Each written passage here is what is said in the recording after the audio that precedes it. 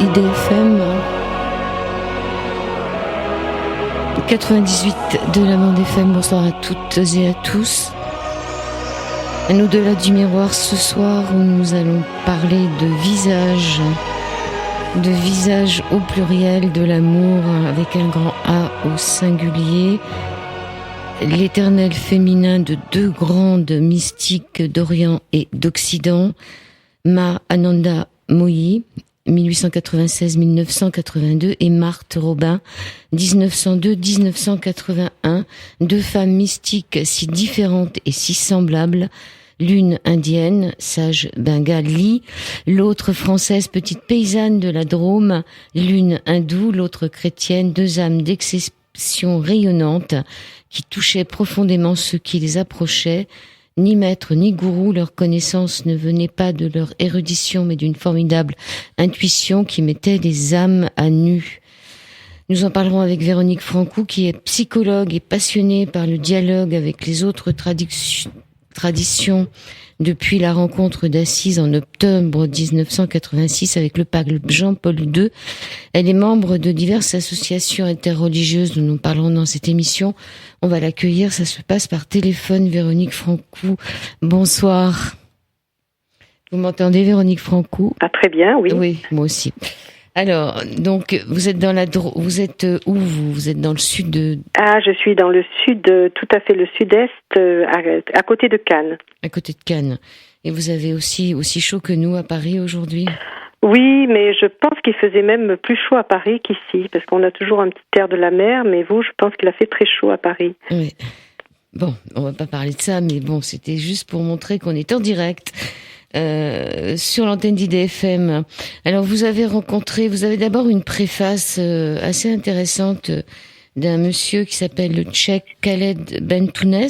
Oui, c'est ça, le Cheikh Khaled Bentounes, tout à fait. Ok, qui est quand même guide spirituel de la confrérie soufie Alaouia, président de l'ONG internationale Aïssa, qu'on dit, je sais pas comment on dit, Aïssa. Oui, Aïssa, tout à fait. Et président fondateur des scouts musulmans de France. Ça, je trouve ça génial. Vous l'avez rencontré à Assise, ce monsieur? Ah non, pas du tout. Non, je l'ai rencontré il y a très longtemps que je connais cette confrérie soufie. Et puis je l'ai retrouvé, après l'avoir perdu de vue pendant pas mal d'années, je l'ai retrouvé dans un groupe qui s'appelle le Vivre Ensemble à Cannes, qui a été fondé en 2011 pour le 25e anniversaire des rencontres d'Assise. Et donc, le Cheikh Bentounes est un ami et il est cofondateur avec plusieurs membres dont je fais partie de cette association Vivre Ensemble à Cannes, qui a pour but des rencontres justement entre des personnes de différentes traditions en vue de la paix et dans le respect de chacun, de chaque communauté, chaque tradition, bien sûr. Alors, il y a une préface de quelques pages où il dit que dans leur voyage terrestre, ces deux mystiques dont on va parler dans cette émission ont vécu une expérience inverse. Pour Ma Ananda Moyi, elle demeurait immobile malgré ses incessants va-et-vient, tandis que Marthe Robin a beaucoup voyagé malgré son immobilité forcée. Qu'est-ce qui vous a pris, Véronique Francou, de rassembler ces deux femmes Alors, je ne sais pas ce qui m'a pris moi-même, mais j'ai été prise par ces deux femmes, en ce sens que vous savez très bien que nous ne sommes pas complètement maîtres de notre vie et que, en tant que croyante, je pense que c'est Dieu qui nous mène et qui nous fait faire des rencontres parfois tout à fait étonnantes. Parce que quand je suis partie en Inde en 1976, donc je pensais pas rencontrer cette immense mystique qui était déjà très très vénérée par la nation indienne, qui est Ma Ananda Moyi. Et je ne pensais pas non plus cette même année donc rencontrer Marthe Robin, qui est un des sommets, je pense, de la mystique chrétienne catholique du XXe siècle en France. Et en fait, je n'ai réalisé ça que petit à petit, au fur et à mesure des années, en me rendant compte que en fait, j'avais rencontré deux femmes tout à fait exceptionnelles, malgré le fait que quand je les ai rencontrées, j'ai quand même été bouleversée et par l'une et par l'autre. Alors, elle avait 80 ans, parce que vous l'avez écrit Ma Ananda Moyi, mais on dit Mayi. On peut dire les deux. D'accord, parce qu'on la trouve sous les deux termes d'ailleurs. Tout à fait, sous les deux termes. Elle avait 80 ans à l'époque. Voilà, c'est ça. Donc j'ai rencontré, quand je décris ma rencontre avec Ma, c'était une femme déjà âgée, mais avec toujours ce regard tout à fait particulier qui donnait sa bénédiction, le darshan, comme on dit en Inde, à tous ceux qui étaient là. Et pour reprendre la phrase que vous avez citée du Cher Bentounès, effectivement, Mahananda Mayi, ce qui est très très curieux, c'est que depuis sa plus tendre enfance, donc elle a fait l'expérience on peut dire, de la réalisation sans avoir de maître elle-même et sans se dire elle-même ni maître ni gourou d'ailleurs, ce qui m'a beaucoup plu dans le sens d'une grande humilité. Et elle disait en fait, je ne vais nulle part, je suis toujours ici et ce que je suis, je l'ai toujours été. Donc dans une espèce de permanence d'être, voilà, et c'est en contraste tout à fait. Et elle vivait d'ailleurs à partir de 30 ans, elle a vécu une vie itinérante où elle restait très très peu de temps dans les ashrams, dans les maisons qu'il accueillait, dans les villages qu'il accueillait. Elle est partie pèlerine sans bagage faire donc ce périple à travers le nord de l'Inde. Donc elle a beaucoup voyagé, c'est ce que dit le Cher Bentounès. Elle a beaucoup voyagé tout en disant qu'elle restait ici et maintenant, dans un grand ici et maintenant, je dirais, qui fait rejoindre le ciel et la terre quelque part. Alors que Marthe a vécu donc pendant 50 ans, handicapée, paralysée, stigmatisée ensuite, revivant donc la passion du Christ pendant plus de 50 ans, mais du coup sans bouger du tout de la petite chambre de Châteauneuf-de-Galore où elle a vécu toute sa vie et où elle recevait les pèlerins, enfin ceux qui venaient faire des retraites à Châteauneuf. Mais en même temps, elles se rejoignent, c'est ça qui est fantastique, dans deux traditions tellement différentes, elles se rejoignent dans la façon dont elles rayonnaient tout à fait l'amour divin, l'une dans l'hindouisme, mais bien au-delà, parce que Mahananda Mayi était tout à fait universelle, et Marthe dans la tradition, la plus pure tradition catholique et chrétienne. Alors, on revient sur Mahananda Mayi. Oui. Donc, elle vient, comme Marthe Robin, d'une famille relativement pauvre. Enfin, pauvre, c'est modeste. Hein. Modeste, oui, mais enfin, quand même, ses parents étaient quand même très, très engagés au niveau spirituel. Ce qui n'est pas le cas de Marthe. Ce qui n'est pas le cas de Marthe. Non, ses parents étaient croyants, mais pas très pratiquants, on va dire. Ils la baptisent quand même. Ils lui font faire la communion, je pense. Oui, donc, tout à fait. Pas d'éducation ni religieuse de trop, mais ni non plus d'éducation, d'éducation dans les écoles. Hein. Elles sont pas tellement formées. Elles sont pas tellement formatées. Elle a été un petit peu quand même au catéchisme, Marthe, quand elle était petite, mais très très vite prise, empêchée, on va dire, par la maladie. Qu'il a atteinte très fort déjà dès sa première année et ensuite à l'âge de l'adolescence où petit à petit donc elle a vécu cette paralysie progressive avec des périodes de rémission mais des périodes où elle a cherché à se soigner. Ça c'est très important de le savoir. Marthe n'est pas du tout une doloriste qui a cherché absolument la souffrance, mais elle en a fait quelque chose et elle donc à partir de l'âge de 18-20 ans, elle est restée complètement enfermée donc dans la petite chambre de la ferme familiale sans pouvoir du tout en bouger. Oui. Donc, ce qui est aussi peut-être ce qui les rejoint toutes les deux, c'est que je sais pas quelle est la relation de Marthe Robin à sa mère, mais en ce qui concerne Mahananda Mayi, sa mère la suit, donc elles restent toutes les deux, malgré l'itinérance de l'une et le fait que l'autre est plus ou moins cloîtrée, elles restent près de leur mère. Oui, alors oui, c'est sûr, mais comme toutes les jeunes filles, Mahananda Mayi, bien que ayant réalisé très jeune une vie mystique intense, reconnue par tout le monde, elle a quand même été mariée, mais sans avoir de rapport, en tout en restant comme frère et sœur avec son mari. Elle n'a pas eu de rapports intimes avec lui, mais son mari, Bolanath, l'a quand même aussi également suivi dans son pèlerinage qu'elle a commencé à l'âge de 30 ans.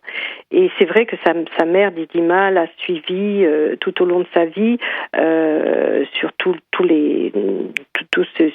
ces chemins que Mananda Mahi a pu faire dans l'Inde du Nord, qui est l'actuel Bangladesh, puisqu'elle elle est née à Tripura, mais en fait elle s'est beaucoup déplacée dans la région donc du nord de l'Inde, aux sources du Gange et après jusqu'à Bénarès. Alors pour elle, si les auditeurs ou les auditrices sont curieux, vous allez sur n'importe quel moteur de recherche, il y a des vidéos, il y a même des vidéos avec Alexandre Desjardins, c'est ça qui l'avait filmé, Arnaud Desjardins qui l'a filmé. Donc on a beaucoup de choses d'elle. Elle parle pas, on a l'impression qu'elle ne parle pas. Ah si, elle a beaucoup parlé. Elle a beaucoup parlé. Si, elle a beaucoup parlé, elle a enseigné. Mananda Mahi disait toujours qu'elle ne savait rien, qu'elle était une petite fille, une mère et une petite fille qui ne savaient rien. Mais en fait, ce qui était tout à fait éblouissant, et on peut dire la même chose de Marthe, c'est que en ayant été très peu à l'école, comme vous l'avez dit tout à l'heure, elle avait une inspiration, une connaissance directe de Dieu, innée, et qu'elle pouvait parler parfaitement bien à des théologiens, parfaitement bien à des gens de son village, parfaitement bien à des lettrés. Elle a connu Indira Gandhi, la femme de Nehru, qui venait chercher son darshan, et c'était une femme qui avait une connaissance incroyable, tout en disant qu'elle ne savait rien. On raconte, d'ailleurs c'est assez drôle, je raconte donc dans mon livre que quelqu'un de très un pandit, c'est-à-dire quelqu'un qui a une connaissance un peu théologique des écritures sacrées, vient la voir et la met à l'épreuve, et au bout d'une demi-heure il ressort en disant oui cette femme-là, vous pouvez la suivre, elle est vraiment c'est vraiment une authentique mystique. Et chez Marthe, on a exactement la même chose, c'est-à-dire que Marthe a reçu Jean Guiton de l'Académie française, elle a reçu aussi des très grands théologiens, elle a reçu des personnes, des philosophes même athées, et elle était capable, elle pouvait aussi bien recevoir des paysans, des retraitants de toute catégorie sociale, et répondre à chacun avec une facilité, une connaissance tout à fait, une perspicacité tout à fait incroyable. Donc on va écouter Jean Guiton justement parler d'elle, ça dure une minute. Il est un peu sceptique au départ, et puis il la rencontre, et donc on va l'écouter. Je suis allé à Châteauneuf-du-Galor, oui, pour la première fois. Alors, comme dans les affaires d'amour, le premier jour, j'ai compris que ce serait pour la vie, enfin. Quand on voit une femme et qu'on sait qu'on l'épousera ou qu'on l'aimera, il n'y a plus de temps qui compte. Alors, quand j'ai deviné Marthe Robin, j'ai compris que ce serait éternel. J'allais la voir chaque année, et je passais 1 heure avec elle chaque année pendant 20 ans, 25 ans, oui c'est ça. Mais je préparais ma visite avant, n'est-ce pas, toutes les fois qu'elle disait une parole, c'était comme les paroles de Dieu, si vous voulez. C'était des paroles qui s'imprimaient en moi à jamais. J'ai considéré que Dieu m'avait fait la grâce de connaître un être unique au monde, et en effet, je pense que dans toute la planète, il n'y avait personne qui lui ressemblait.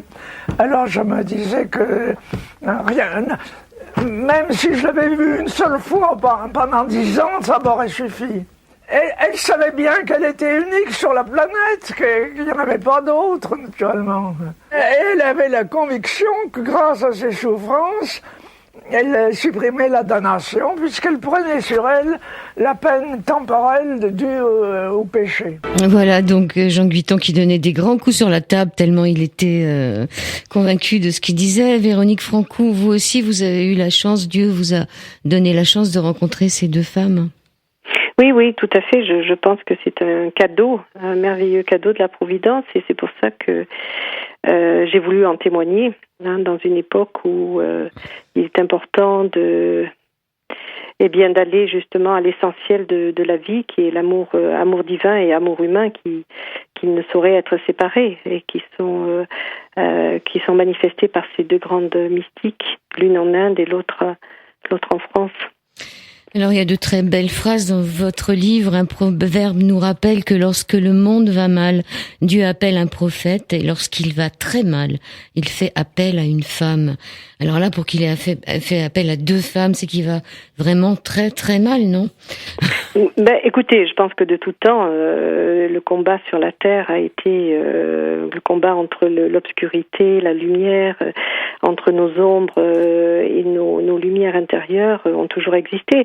Mais je pense que ce que je dis par rapport à ces 2 femmes, je pense que ce qui est capital aujourd'hui, c'est que l'homme a acquis la possibilité aujourd'hui de détruire l'être humain, de détruire la planète d'une façon tout à fait effrayante, je dirais.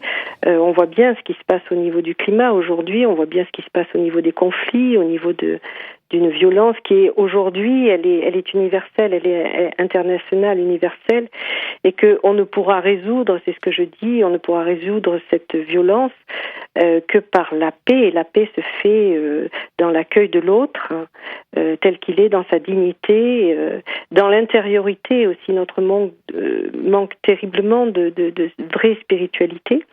Et je pense que ces 2 femmes, eh bien, nous ramènent à ce royaume intérieur qui habite tout être humain, et que nous sommes tous créés enfants de Dieu, et que ça, c'est quelque chose qui est évident pour les croyants, mais qu'il faut rappeler beaucoup aujourd'hui. La femme a effectivement un rôle tout à fait particulier, en ce sens que c'est elle qui donne la vie. Et donc, il faut redécouvrir finalement l'aspect sacré de la vie humaine. Et je pense que ces 2 femmes nous donnent à voir justement en chaque être humain, cette merveilleuse dignité de l'être humain. Je pense que si les êtres humains avaient accès à ce royaume intérieur qu'ils portent en eux, cette image divine, puisque nous sommes créés à l'image et à la ressemblance, donc cette image divine qu'ils portent en eux, c'est sûr qu'il y aurait moins de conflits. Et ça me paraît une urgence aujourd'hui. Alors, je suis très étonnée parce que j'ai discuté pas plus tard qu'hier soir avec une dame que je connaissais pas, qui était avec ses fils, et je lui disais un peu que j'étais inquiète pour la petite fille qui vient de naître dans ma famille, en me disant qu'elle aurait 83 ans en 2100, et que je ne sais pas si on lui laissera encore une planète. Et cette femme a eu cette réponse époustouflante. Elle m'a dit fallait qu'elle se pose la question avant de faire un enfant. Si les femmes c'est une question qui m'a glacée, parce que est-ce qu'on en est à se dire on n'a plus besoin de faire d'enfants parce que c'est foutu, quoi. C'est ça que ça voulait dire. Alors je pense que justement, si j'ai écrit ce livre, c'est déjà pour montrer que l'amour divin et l'amour humain est une seule et même chose, et qu'il est partagé par des femmes très différentes dans leur tradition, mais que les authentiques traditions doivent amener à l'amour de l'autre, qui est une seule et même chose avec l'amour de Dieu. Ça, c'est une première chose. Et la deuxième chose, je voudrais dire que c'est un livre qui souhaite en tout cas ranimer l'espérance. Oui. Parce que je crois que Manon Damailly, comme Marthe Robin a beaucoup prophétisé la nouvelle Pentecôte d'amour, la civilisation de l'amour que tous les papes depuis, on va dire, un siècle attendent de leur vœu aussi. Et je crois que la noirceur, l'obscurité, la violence du monde actuel ne doit pas nous décourager, parce que je dis que souvent c'est au cœur de la nuit, comme dans notre tradition chrétienne, enfin en tout cas je suis croyante chrétienne, donc je parle de ma tradition, c'est au cœur de la nuit que se passe, que ce n'est la lumière, et que la lumière peut resplendir, et c'est tout le sens de ce que nous allons vivre bientôt à Pentecôte, c'est-à-dire la résurrection du Christ et puis la descente de l'Esprit Saint. Et Marthe donc a prophétisé une nouvelle venue de l'Esprit Saint sur notre terre, qui se ferait pas sans mal, qui se ferait comme un accouchement, puisque vous parlez d'accouchement. Donc je pense que à l'image de cet accouchement de l'enfant, eh bien, va naître une nouvelle humanité, mais qui se fait dans les douleurs de l'accouchement. Et Marthe avait prophétisé cette nouvelle Pentecôte d'amour, cette civilisation de l'amour, dont a beaucoup parlé Jean-Paul II, Benoît XVI, aujourd'hui le pape François. Et Manon Damailly, aussi dans la tradition hindoue, il est dit que après l'âge de fer, le Kali Yuga, dans lequel nous sommes, il y aura effectivement aussi une ère de paix. Donc un autre cycle, une ère de paix. Alors c'est intéressant ce que vous dites, parce que quand vous dites que les hommes sont un peu là qu'ils détruisent un petit peu la planète, Mananda Mayi, comme vous le dites, prend les traits de Kali quand même, hein. C'est-à-dire qu'elle est pas là non plus, c'est pas la bisounours elle prend parfois les traits de Kali, c'est-à-dire Kali, on peut pas dire que c'est la déesse. Oui, ça me fait penser un petit peu au Christ qui a pu, s'en prendre au vendeur du temple. Qui a manifesté une certaine colère. Kali, c'est intéressant que vous parliez de ça, parce que Kali, oui, c'est un peu l'aspect sombre qui se manifeste, mais qui se manifeste aussi pour faire advenir la lumière. Donc, ça me permet de dire aussi que Mananda Mayi, à la fois, elle était, une représentante de toutes les voix. Il y a diverses voies dans l'hindouisme, de toutes les voies dans l'hindouisme, dont notamment l'Advaita Vedanta, qui est la voie de l'unicité, du Dieu unique, un unique. Donc elle croyait en Dieu un, partout présent, et en toute chose et en tout être humain. Donc, si vous voulez, les différentes représentations de Dieu, on pense souvent que l'hindouisme est un polythéisme, et en fait, les grands mystiques, les grands sages hindous, croient au contraire en un Dieu un, mais qui peut se manifester sous différentes formes, sous différents visages. Et donc là, par exemple, sous la forme de Kali, mais ensuite sous d'autres formes aussi, plus douces et plus lumineuses aussi. Oui, parce que ce qui la caractérisait, Mananda Mayi, c'était sa beauté. Oui. Et quand elle était sous la forme de Kali, c'était plutôt pas très beau, quoi. Je veux dire. Oui, une certaine forme. Oui, mais il faut le voir, il faut le replacer dans son contexte. Il faudrait le voir aussi dans les écritures sacrées hindoues, qui racontent des histoires aussi. Si vous voulez, comme un peu nous, on pourrait raconter l'histoire de la Belle au bois dormant ou de je ne sais quoi. Il faut le replacer tout à fait dans son contexte. Et c'est un petit peu comme je vous dis dans la Bible, il y a des passages où on a l'impression que Dieu est en colère, par exemple, mais il ne faut pas le prendre au premier sens, si vous voulez. Il faut un petit peu approfondir et voir que c'est une colère d'amour. Alors, ce qui les caractérise toutes les deux, on le rappelle un peu, c'est que elles ont beaucoup d'humilité toutes les deux. Elles ont ce don inné des sciences et de connaissances. Oui. Une faculté d'adaptation à chaque personne. Oui, tout à fait. Je voulais revenir sur l'humilité parce que ça c'est quelque chose de très important. Mananda Mayi, donc comme je le disais, a beaucoup dit qu'elle ne savait rien, qu'elle était simplement une petite fille, qu'elle était au service de tous. Marthe Robin aussi, je veux dire que souvent quand on venait lui demander des conseils, elle renvoyait sur les pères spirituels, elle renvoyait à l'Esprit Saint, à Dieu. Elle donnait parfois des conseils, mais parfois elle disait aux personnes de prier pour avoir des réponses à leurs questions. Et l'humilité était vraiment un trait extrêmement important par rapport à la toute-puissance de l'être humain aujourd'hui. C'est vraiment par l'humilité qu'on accède vraiment à la connaissance de Dieu. Et ce qui est très étonnant, c'est que ces deux figures de Ma et de Marthe ressemblent en ce sens beaucoup à la Vierge Marie, qui dit qu'elle est la servante du Seigneur, et que dans le Magnificat, bien sûr, elle dit il renvoie les puissants de leur trône, il élève les humbles. Et Ananda Mayi a dit en parlant de Dieu, de notre petitesse, il fait une plénitude. Et Marthe a dit également, quand on est tout petit, Dieu fait tout. Et je pense qu'il y a là vraiment une clé de la féminité, je pense, qui est de la vocation de la femme, qui est une vocation à l'amour, de la vocation du féminin en l'homme. Il ne s'agit pas d'opposer l'homme et la femme, bien sûr, du féminin en l'homme, qui est aussi cette faculté de pouvoir, s'effacer ou effacer notre ego pour laisser Dieu agir en nous. Et ça, c'est vraiment quelque chose de très important au niveau de la femme et du féminin. Comme vous dites, c'était, je pense, des petites filles toutes les deux, parce que là, je ne sais pas, vous me direz si c'est vraiment la voix de Marthe Robin. Ça dure encore 1 minute. Oui. Voix de Marthe Robin, priant avec toute la communauté. Au début, on entend sa voix, on a du mal à comprendre. Et puis après, il y a d'autres gens qui prient avec elle, donc on va l'écouter. Oui. Bonjour, toute la communauté. Je vais dire une prière en union avec vous.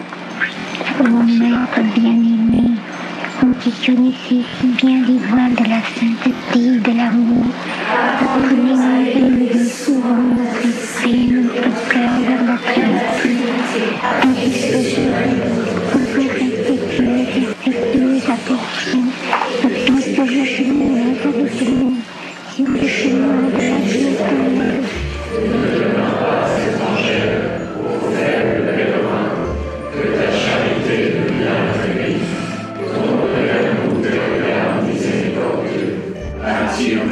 Alors, Véronique Francou, est-ce que c'est vraiment la voix de Marthe Robin? Est-ce que... Ça, je peux pas vous le dire puisque je l'ai pas entendu en fait. Ah, vous l'avez pas entendu, vous? Non, je l'ai pas entendu, mais si vous me dites que c'était avec une communauté, ça me paraît difficile, à moins que, puisqu'elle n'est pas sortie en fait de la chambre où elle était. Donc, est-ce que sa voix a été enregistrée ensuite? Oui, voilà. Au début, on l'entend toute seule avec une voix vraiment de petite fille et très très mauvaise. Et après, ce qu'elle dit est repris par une communauté. Voilà. Donc. Alors ça, je comprends mieux effectivement que sa voix ait pu être reprise ensuite par la communauté, parce qu'en fait, elle ne sortait pas de chez elle, donc ça ne peut être que une voix à part que ensuite on a fait entendre à toute une communauté. Oui. Alors donc, elle sort plus de chez elle. En 1928, elle est définitivement paralysée, donc elle a 26 ans. C'est ça. Elle ne peut plus manger, donc elle prend juste l'Eucharistie, c'est-à-dire elle prend juste un hostie par jour jusqu'à la fin de ses jours. En 1930, commencent à arriver des stigmates. Oui. Vous pourrez peut-être vous en dire un peu plus. En 1900, voilà. Racontez un peu sa vie parce que c'est quand même extraordinaire. C'est quand même extraordinaire, oui. Donc, elle a été paralysée assez jeune. Hein. On pense que ça a été une encéphalite en fait qu'elle a eue. Et ensuite, donc, elle a eu disons qu'elle a offert sa vie à Dieu. Elle était déjà, depuis sa communion, vous avez parlé de sa communion, elle a dit que c'était déjà le premier moment où le Seigneur l'a prise quelque part, où elle a senti vraiment très fort cette présence de Dieu en elle. Mais ensuite, donc la maladie l'ayant rattrapée, elle a fait cet acte d'offrande à Dieu en 1925. Elle a eu différentes visions, notamment de Sainte Thérèse de Lisieux, dont elle était très proche, qui lui a demandé de continuer son œuvre par des petits foyers de charité, des petits foyers d'amour. Et donc de là ont été fondés petit à petit des foyers de charité, donc qui existent aujourd'hui, c'est-à-dire des communautés où on dispense la source de la tradition chrétienne, et où ce sont des communautés de laïcs avec un père à la tête qui mettent en commun, comme les premiers chrétiens, leurs biens, et qui accueillent sous forme de retraite, donc des retraitants. Il y a aussi des écoles. Et donc Marthe a eu cette vocation, cette mission de poursuivre la mission de Sainte Thérèse de l'Enfant Jésus, mais dans une vie évidemment de stigmatisée, puisqu'elle a reçu, vous avez raison, les stigmates en 1930, et ensuite... Tous les vendredis, c'est ça? Et ensuite, oui, non, pas tous les vendredis, elle a été stigmatisée, donc elle les avait en permanence, mais elle a vécu par contre la passion et la résurrection du Christ depuis le jeudi soir, comme le Christ, jusqu'au dimanche, d'une façon tout à fait identique à la passion et à la résurrection du Christ. Et ce qui est tout à fait étonnant, c'est qu'elle l'a vécu pendant 50 ans, et que à partir du lundi, mardi, mercredi, jusqu'au jeudi, elle recevait, comme si de rien n'était, j'allais dire, tous les retraitants qui voulaient la voir. Et c'est comme ça d'ailleurs que j'ai pu l'approcher. Et ce qui est tout à fait étonnant, aussi bien chez l'une que chez l'autre, c'est cette faculté, donc chez Marthe, d'avoir eu une vie mystique tout à fait exceptionnelle, parce qu'elle a revécu pendant 50 ans la passion et la résurrection du Christ en ne se nourrissant que de l'hostie. Et en même temps, elle avait et ça a été vérifié par des médecins. Ah, ça a été vérifié, oui, tout à fait, par des médecins à plusieurs reprises. Mais elle avait un réalisme, un équilibre humain, parce qu'au début, on a dit, mais c'est une hystérique, etc. Mais elle avait un équilibre humain tel que c'était pas possible de ne pas imaginer que c'était quelque chose de tout à fait mystique, en fait, une véritable expérience mystique authentique. Et je me suis moins intéressée, je vous dirais, aussi bien pour Mac que pour Marthe, aux faits surnaturels que à cet incroyable réalisme spirituel de l'une et de l'autre qui faisait qu'elle pouvait parler à n'importe qui de ses chèvres, à des paysans. On raconte, il y a une anecdote tout à fait amusante, c'est que Marcel Clément, qui est un grand philosophe, est venu la voir et la première fois, Marthe, au lieu de lui parler de philosophie, lui parle de ses chèvres. Et plusieurs années après, Marcel Clément lui dit, mais enfin Marthe, pourquoi est-ce que vous m'avez parlé de vos chèvres, etc. Oh, elle lui dit, vous aviez l'air d'un saint dans une niche, il fallait bien vous dégeler un peu. Et ça, c'est Marthe, c'est-à-dire qu'elle était dans un humour, un réalisme. Elle pouvait vraiment parler de tout. Moi, je me rappelle qu'à l'époque, je passais des examens en anglais et j'avais l'impression qu'elle était au courant du nombre de personnes reçues au CAPES en anglais, alors que elle sortait pas de chez elle, enfin. Et elle pouvait comme ça parler avec les uns, avec les autres, mais des choses de tout à fait naturelles de la vie quotidienne. Et c'est cet extraordinaire dans l'ordinaire, ou l'ordinaire dans l'extraordinaire chez Marthe, qui est tout à fait sublime, étonnant. Alors, elle sort pas de sa chambre, elle vit même dans le noir puisqu'elle refuse tout ce qui est lumière. Elle refuse pas, c'est-à-dire qu'elle était... Elle a mal aux yeux, oui. Voilà, mal aux yeux, tout à fait. Et pour que ces foyers de charité essaiment, parce qu'il y en a un peu partout en France et sur plusieurs continents, dans le monde entier, elle a besoin d'un abbé, et c'est l'abbé Finet, qui arrive en 1936, alors à qui elle confie cette charge. Tout à fait. Le Père Finet qui vient avec un tableau de Marie, médiatrice de toute grâce, et il dira par la suite, je pensais lui apporter un tableau de Marie, mais en fait c'est Marie qui m'a amené chez Marthe, en faisant un mot d'humour sur cette réalité. Et oui, et le Père Finet, donc pendant des dizaines d'années, est resté à Châteauneuf donc il y avait 2 écoles, une école de filles, une école de garçons, et il a donné des retraites fondamentales pendant des années et des années, et petit à petit, donc les foyers ont essaimé dans le monde entier, et le Christ avait demandé à Marthe qu'il y ait cette fondation de petits foyers de charité pour redonner, je dirais, la véritable authenticité de la tradition chrétienne, qui avant tout est aimez-vous les uns les autres comme je vous ai aimé, donc qui est avant tout fondée sur l'amour de l'autre. Et vous en faites partie, vous, de ces foyers de charité ? Ah, je ne fais pas partie, je suis pas membre, je suis sympathisante en fait d'un foyer de charité qui est pas très loin d'ici, à Roquefort-les-Pins, mais je ne vis pas dans la communauté des foyers de charité, non. Et si on veut les retrouver, on tape simplement foyer de charité. Foyer de charité, vous en avez partout en France. Oui. Et beaucoup dans le monde. Et beaucoup et dans le monde entier, tout à fait, dans le monde entier. Oui. On va faire une mini pause musicale avec de la musique un peu pour Ma Ananda Moy.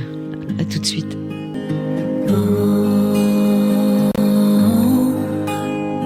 Ananda Mai Chaitanya Mai Satya Mai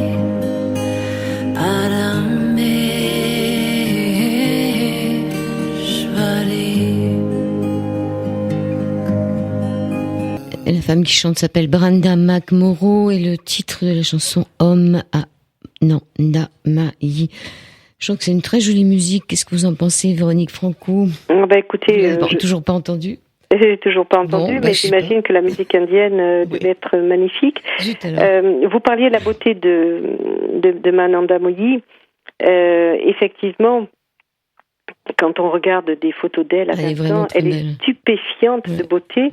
Et Arnaud Desjardins, donc qui a fait le fameux film Ashram à l'époque, où il retrace la vie de plusieurs sages hindous et soufis et autres. Donc effectivement, on a des photos d'elle et on a même des films d'elle. Où elle est d'une beauté surnaturelle. Enfin, elle portait sur elle vraiment cette âme divine qui transparaissait totalement. Donc, on a parlé de la voix de Marthe, et je parle du regard de Ma et de ce rayonnement que tous les êtres qui l'ont approché, je pense, sentaient, quoi. Et Arnaud Desjardins, donc, qui a rencontré énormément de sages, disait que avec Mahananda Mayi, c'était vraiment de notre ordre. Et c'est pour ça que je pense que c'est une des, ou peut-être la plus grande mystique de l'Inde. Alors, il est écrit à la page 53 de votre livre que Ma ne comptait pas que des amis parmi ses contemporains, mais si l'immense majorité de ceux qui l'ont approchée ont vu en elle un témoin exceptionnel de sagesse et d'amour, elle a aussi fait l'objet des plus violentes critiques. On a souvent comparé Mahananda Mayi à un miroir capable de renvoyer à chacun un reflet de son propre état de conscience. Tout à fait. C'est un peu la même chose aussi avec Marthe Robin. Tout à fait. C'est ce qui m'a le plus intéressé, parce que tout à l'heure on parlait de Marthe, donc, qui a vécu pendant plus de 50 ans que de l'hostie, enfin de phénomènes tout à fait surnaturels que personne d'entre nous pourrait vivre sans une grâce tout à fait particulière. On retrouve chez Mahananda Mayi, elle a eu des périodes d'extase, des périodes où elle mangeait très peu, où elle mangeait quasiment pas, des périodes au contraire où elle mangeait beaucoup, enfin des extases qui pouvaient durer des heures et des heures quand elle était jeune, parce qu'après, à partir de l'âge 30 ans, ça s'est estompé. Mais ce qui m'a le plus intéressé, c'est pas tant ces faits surnaturels que cette capacité, justement, d'ailleurs au-delà du miroir, c'est bien le titre de votre émission, de révéler les êtres à eux-mêmes, de révéler leur propre intériorité, parce que finalement l'être humain ne sait pas ce qu'il est.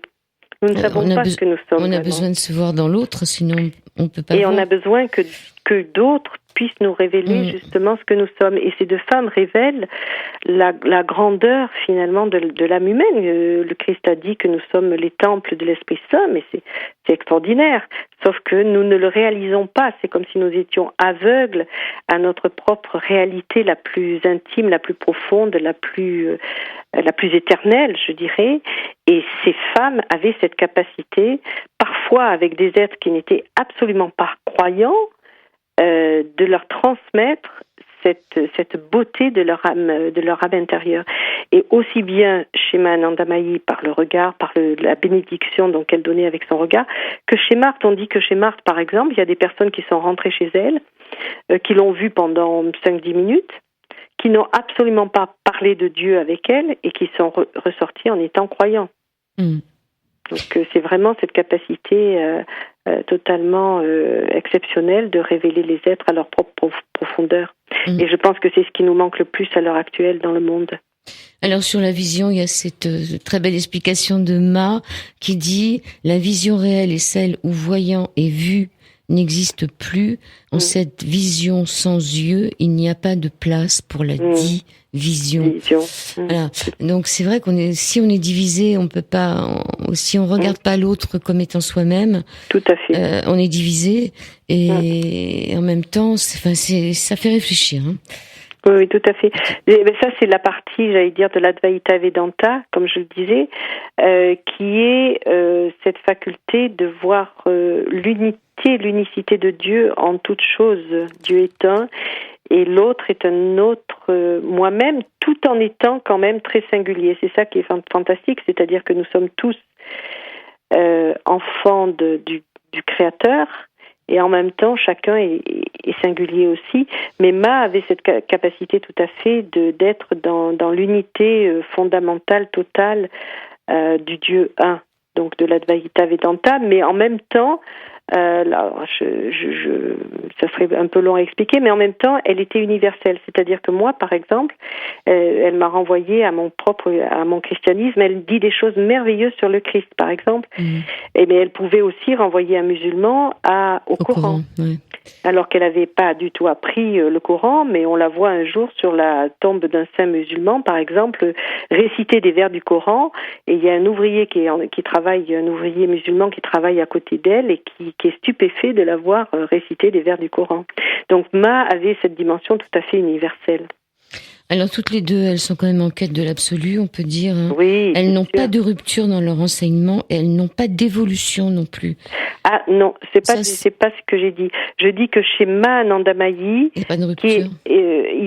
Alors ça fait partie des différences, parce que j'ai pas voulu justement faire du syncrétisme ou confondre les deux traditions.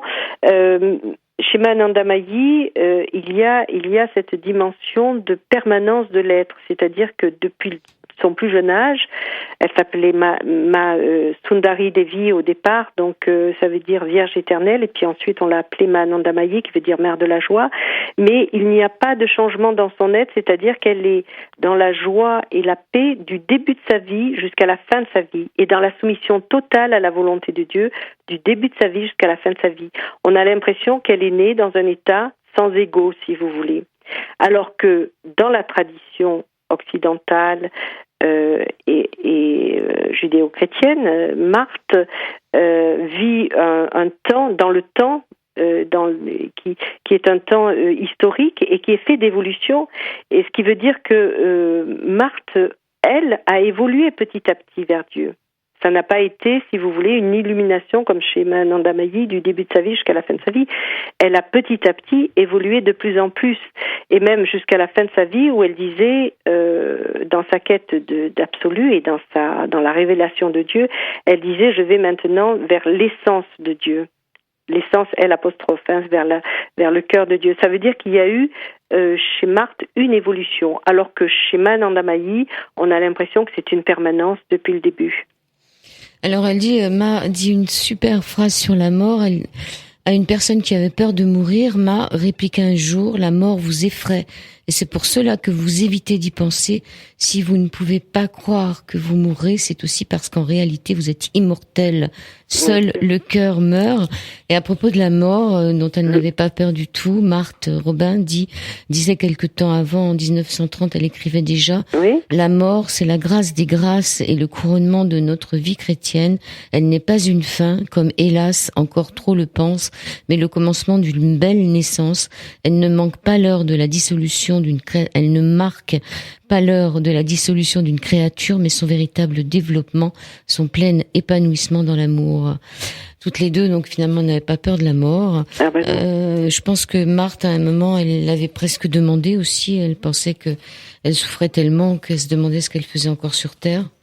C'est vrai. Oui, toutes les deux, oui, parce que totalement, je dirais, éclairée de l'intérieur par l'amour divin et par cette réalité de l'amour qui ne passe pas. D'ailleurs, c'est ce que dit Saint Jean, l'amour ne passera pas. Dès qu'on aime, on a déjà un pied dans l'éternité, et elle qui était complètement imprégnée de l'amour divin, pour elle, la mort n'existe pas. C'est un passage, c'est un recommencement peut-être, mais la mort n'existe pas. Non, ça c'est sûr. Pour elle, il y a quand même une différence, bien sûr, entre Marthe et Ma, puisque l'une croit en la résurrection, l'autre en la réincarnation, ce qui n'est pas tout à fait la même chose, bien sûr. Mais par contre, toutes les deux croient tout à fait en la vie éternelle, qui commence, comme je le dis, non pas après la mort, mais ici et maintenant, dès que nous aimons. Alors, elle finit quand même, Marthe Robin, 30 kilos, c'est pas beaucoup. C'est impossible sans une grâce particulière. Ça, c'est à se demander comment elle a pu vivre pendant toutes ces années. On voit des médecins sur Internet. Si vous êtes curieux, allez voir, tapez. Vous allez voir des médecins qui l'ont ausculté et qui ont bien vu et qui donnent des explications aussi au fait qu'elle mangeait pas. Mais c'est vrai que il y a quand même en Inde aussi des gens qui se nourrissent comme ça de prana. Il y en a quelques-uns qui mangent pas. Qui mangent très peu ou qui mangent pas, oui. C'est vrai. Ça peut arriver, oui, tout à fait. Je sais plus comment il s'appelle, ça me revient pas sur le moment, mais Ramana Maharshi ou Ramdas peut-être. Oui, mais qui a connu on des périodes de jeûne. ceux qui se nourrissent de prana. Mhm. Donc, un livre qui va parler à tout le monde, où vous essayez de nous montrer que ce que pourrait être une civilisation de l'amour aussi, et que la femme est la sentinelle de l'invisible. Oui, c'est ça, oui. C'est ce que disait Jean-Paul II à Lourdes quand il est venu à Lourdes. Et j'ai repris ce mot parce que je trouve que c'est tout à fait significatif par rapport à Marthe et Ma. Ce sont des sentinelles de l'invisible et nous sommes tous appelés à l'amour finalement, puisque qu'est-ce que cherche tout être humain en venant à ce monde, c'est à aimer, à être aimé. C'est le fondement même de la vie, du sens de la vie. Et c'est pas évident aussi. Il y a aussi une phrase sur le désir dont je vais parler, que j'ai perdu en cours de route. Sur le désir, donc on est là finalement, voilà. Il y a sur le désir et sur souffrir aussi, hein. Parce que, attendez, je vais retrouver la phrase. Je suis désolée, j'ai des moments de... Les gens... Donc on serait toujours là dans la mesure où voilà, je retrouve la phrase. Oui. On s'incarne finalement. Notre seule incarnation est là parce qu'on désire. Et tant qu'on désire, on se réincarnera, c'est ça. Et tant qu'il y a du désir, alors, il y a de la souffrance. Oui. Alors là, ça fait partie des distinctions, des différences aussi entre Manandamayi et Marthe Robin. Pour Manandamayi, le désir de Dieu est quelque chose qui nous fait souffrir parce que un désir en amène toujours un autre. Et nous ne sommes jamais comblés jusqu'à une union comme elle l'a vécu avec Dieu, où là, on est dans une plénitude, on ne désire plus rien. Et le désir, donc, peut amener une certaine forme de souffrance, dans le sens où notre désir est un désir d'immensité, d'éternité, et que sur cette terre, nous ne sommes jamais comblés par aucun désir. Hein. Tout désir nous déçoit parce qu'il n'est jamais comblé, sauf en Dieu. Donc, elle prône un petit peu, pas la mort du désir, mais le dépassement du désir. Alors que Marthe, chez Marthe, qui est donc dans la tradition chrétienne, elle est une âme de désir, une âme d'attente de Dieu. Il y a dans la tradition chrétienne du déjà là, c'est-à-dire que Dieu est déjà là, même si on ne le voit pas, mais il est en nous, il est aussi à l'extérieur de nous. Mais il y a aussi ce désir d'un accomplissement sur terre du royaume de Dieu. Hein, les chrétiens attendent aussi qu'il y ait cette ère de paix où Dieu sera tout en tous, même y compris sur la terre. Donc cet accomplissement et donc du coup là il s'agit moins de nous débarrasser, si j'ose dire, de nous détacher totalement de notre ego, que de réaliser pleinement le règne de Dieu sur terre. Donc c'est un petit peu différent de la tradition hindoue. Elle est en cours de béatification, Marthe Robin, je crois. Hein. Oui, elle a été déclarée vénérable en novembre 2014 et son procès de béatification est en cours. Et c'est le père Pérouse d'ailleurs qui s'occupe donc de son procès de béatification et que j'ai rencontré, qui m'a beaucoup aidé pour écrire en tout cas toute la partie sur Marthe Robin. C'est le postulateur en cause de béatification de Marthe Robin. Donc Ma Ananda Moyi était l'incarnation de la joie. Est-ce qu'on peut dire que c'est la même chose pour Marthe Robin? Ah oui, je dirais pas seulement de la joie, de la sagesse, de l'amour, de la beauté, tout ça font une seule et même chose, je dirais. Marthe, je trouve qu'elle est l'apôtre de l'amour, c'est-à-dire qu'elle est complètement identifiée au Christ qui vient sauver les âmes, qui à travers ses souffrances finalement permet aux âmes d'accéder à la résurrection, à la pleine lumière, au bonheur sans fin, éternel. C'est pour ça qu'on peut se demander si vous alliez la rencontrer dans une chambre obscure, c'est-à-dire les rideaux tirés. Oui. Cette femme qui était en souffrance permanente, qui souffrait sans arrêt, comment elle pouvait transmettre la joie? Oui et non, parce que justement, on a une image un petit peu négative, faussée, négative et faussée de Marthe. On en fait un petit peu une sainte martyre, doloriste, vous voyez, tout le courant doloriste, alors que Marthe, pas du tout. Marthe était très joyeuse, était très gaie.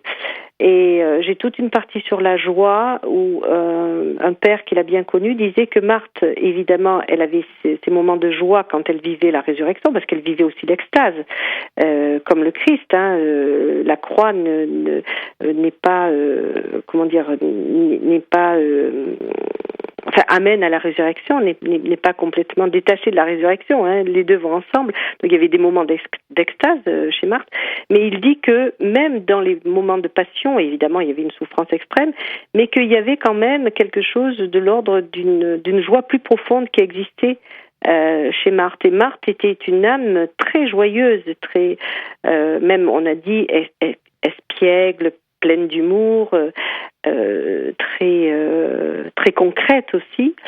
Donc, il faudrait surtout pas voir chez Marthe uniquement l'aspect douleur, souffrance, pas du tout. Donc, elle est enterrée où, Marthe Robin? Alors, elle est à Châteauneuf de Galor. Dans le cimetière? Oui, voilà, tout à fait. Parce que sa maison est visitable et visitée. Oui. Ça devient un lieu de pèlerinage. Et donc... il y a toujours des retraites fondamentales qui se font aussi à Châteauneuf de Galor. D'accord. Qu'est-ce que vous pourriez dire pour terminer l'émission? Il y a une très très belle phrase de Rabindranath Tagore. La foi est un enfant qui n'a pas peur de pénétrer dans le noir lorsque sa mère l'appelle. Oui, quelle merveilleuse phrase. Oui, tout à fait. La foi est un enfant qui n'a pas peur de pénétrer dans le noir lorsque sa mère l'appelle.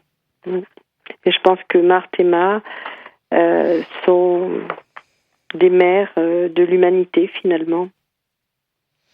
D'abord, elles commencent toutes par un M, que ce soit Marie, Marthe, Ma, c'est vrai. Mère, Mother, Mamie. Ce fameux M, comme je le disais, qui se compose de deux 1 qui se tiennent la main. Si on l'écrit, c'est deux 1 qui se tiennent la main. Ça me fait toujours rire de dire ça parce que je trouve ça fantastique. Donc, vous auriez une autre phrase pour terminer? Alors moi, ce que j'aurais aimé lire peut-être, c'est 2-3 phrases sur la Pentecôte d'amour, puisque nous sommes à la veille de la Pentecôte, et c'est une inspiration de Marthe qui appelle donc l'Esprit Saint. Divin Esprit, feu d'amour, joie qui surpasse toute plénitude, lumière qui met en fuite les plus lamentables obscurités, inspirateur de toute louange, esprit de vérité, établissez toutes les âmes dans le goût des choses saintes, faites-les pénétrer dans les beautés profondes de vos demeures mystérieuses, qu'elles entrent dans le royaume secret des mystères divins, selon la promesse du Verbe, et leur vie toute transformée, toute transfigurée, toute divinisée dans le Christ, atteindra une puissance infinie par la valeur même de vos divines richesses. Merci beaucoup Véronique Francou. Merci à vous. Alors, Visage de l'amour est publié aux Nouvelles Cités Spiritualité. Visage de l'amour, l'éternel féminin de deux grandes mystiques d'Orient et d'Occident, Mahananda Moyi, c'est écrit comme ça sur le livre, et Marthe Robin. Je vous remercie beaucoup. Merci à vous. Très bonne continuation. Merci. Bonne soirée, au revoir. Au revoir. Souviens-toi de cette chanson.